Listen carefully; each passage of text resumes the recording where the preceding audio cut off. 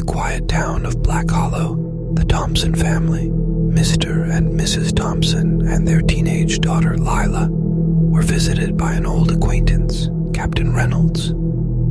He had traveled extensively, especially in the far reaches of Asia. Over dinner, he showed them a peculiar item, a jet-black crow's feather shimmering with an eerie glow. Captain Reynolds told them of an ancient shaman who had cursed the feather, granting it the power to fulfill 3 wishes. However, each wish would come with a dark twist, a punishment for meddling with destiny. Having suffered a terrible fate due to the feather, Captain Reynolds, in a moment of distress, tossed it into the fireplace. But Mr. Thompson, driven by curiosity, quickly retrieved it. Before departing, Reynolds warned him of the dire consequences of using the feather. Mr. Thompson was hesitant.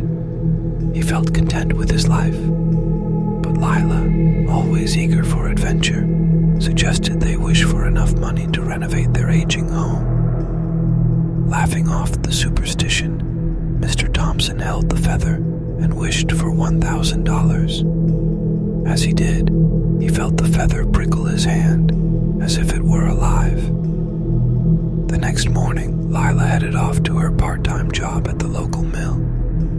That evening, a somber-faced mill manager visited the Thompsons. Lila had been caught in a machine, and the accident was so severe that they couldn't recognize her. The mill, while not admitting any fault, offered a compensation for their tragic loss. When asked about the amount, the manager hesitated before replying, $1,000. Devastated, a week after the somber funeral, Mrs. Thompson, in a haze of sorrow, pleaded with her husband to use the feather to bring Lila back. With a heavy heart, he agreed, even though the thought of seeing his daughter in her post-accident state was unbearable. Holding the feather, he wished for Lila to return to them.